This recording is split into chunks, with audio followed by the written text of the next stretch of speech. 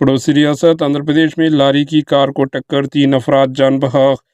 रियासत आंध्र प्रदेश के पलनाडु ज़िले में पेश आए सड़क हादसे में 3 अफराद जान बहक हो गए।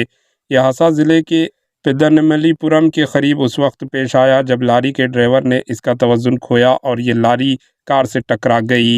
ये अफराद कार में हैदराबाद से प्रकाशम जा रहे थे। महलूकीन की शिनाख्त 50 साला शेख नाजिमा, 26 साला शेख नूरुल्लाह और 24 साला शेख हबीब अल्लाह के तौर पर की गई। Bureau report, HN news.